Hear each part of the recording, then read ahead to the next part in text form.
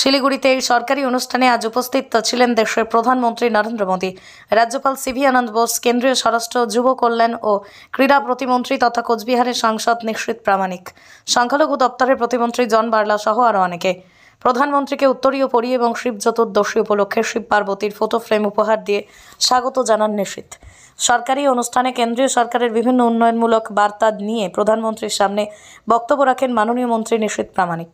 Ideal national academy বালকদের একটি আদর্শ আবাসিক শিক্ষা প্রতিষ্ঠান। এখানে অডিও ভিজুয়াল ও আধুনিক শিক্ষার পাশাপাশি ধর্মীয় শিক্ষা প্রদান করা হয়। সেই সাথে ছাত্রদের সুস্বাস্থ্য বজায় রাখতে মাঝে মাঝে অভিজ্ঞ ডাক্তারদের দ্বারা চেক আপ করানো হয় ও সুষম খাবার প্রদান করা হয়। আপনার সন্তানের সুস্থ, সুন্দর ও উজ্জ্বল ভবিষ্যৎ গড়ে তুলতে চলে আসুন দিনহাটার বাবুপাড়া 2 নম্বর ওয়ার্ডে আইডিয়াল ন্যাশনাল একাডেমি মিশনে, অথবা যোগাযোগ করুন 9800711212 অথবা 9932230750 এই নম্বরে। मैं श्री निशीथ प्रामाणिक जी, माननीय राज्य मंत्री गृह, युवा के कार्य एवं खेल मंत्रालय, भारत सरकार को संबोधन हेतु आमंत्रित करता हूं।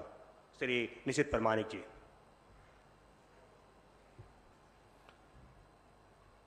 मंच पर उपस्थित भारत के यशस्वी और जनप्रिय प्रधानमंत्री आदरणीय श्री नरेंद्र मोदी जी को उत्तर बंगाल की इस पवित्र भूमि में उनका स्वागत भी करता हूं और कोटि कोटि प्रणाम।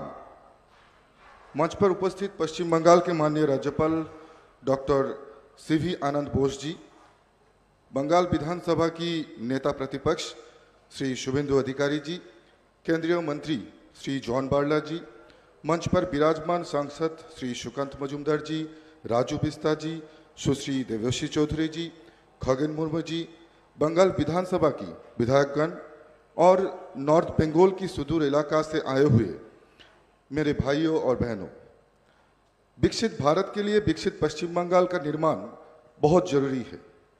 इसलिए आपने देखा कि पिछले सप्ताह माननीय प्रधानमंत्री जी बंगाल की दौरा करने के दरमियान उन्होंने जो है कई परियोजना बंगाल की जनता को स्वागत दी और उसके साथ साथ पश्चिम बंगाल के लोगों के लिए माननीय प्रधानमंत्री जी के मन में जो विशेष जगह है वो भी फिर से एक बार दिखाए। राजा राममोहन राय और गायत्री देवी की इस धरती को माननीय प्रधानमंत्री जी किस तरह से उनका दिल में इसके प्रति सद्भावना है, वो बार बार माननीय प्रधानमंत्री जी का जो संभाषण है उसके दरमियान हम लोगों को सुनने को मिला। मैं यही कहूँगा कि भारत के युग पुरुष प्रधानमंत्री के जो विकसित भारत की सपना है, वो सपना विकसित बंगाल के माध्यम से ही संभव है, क्योंकि हर राज्य को विकसित होना है। और इस डेवलपिंग नेशन से डेवलप्ड नेशन की जो इसकी जो यात्रा है, इसमें जो मेन है कनेक्टिविटी और इंफ्रास्ट्रक्चर डेवलपमेंट, और जिस तरह से कई परियोजना पश्चिम बंगाल के में हो रहा है, इससे पश्चिम बंगाल के साथ पूरे देश का कनेक्टिविटी और स्ट्रॉन्ग और मजबूत हो रहा है, और उसके साथ साथ जो है बंगाल भी विकसित हो रहा है।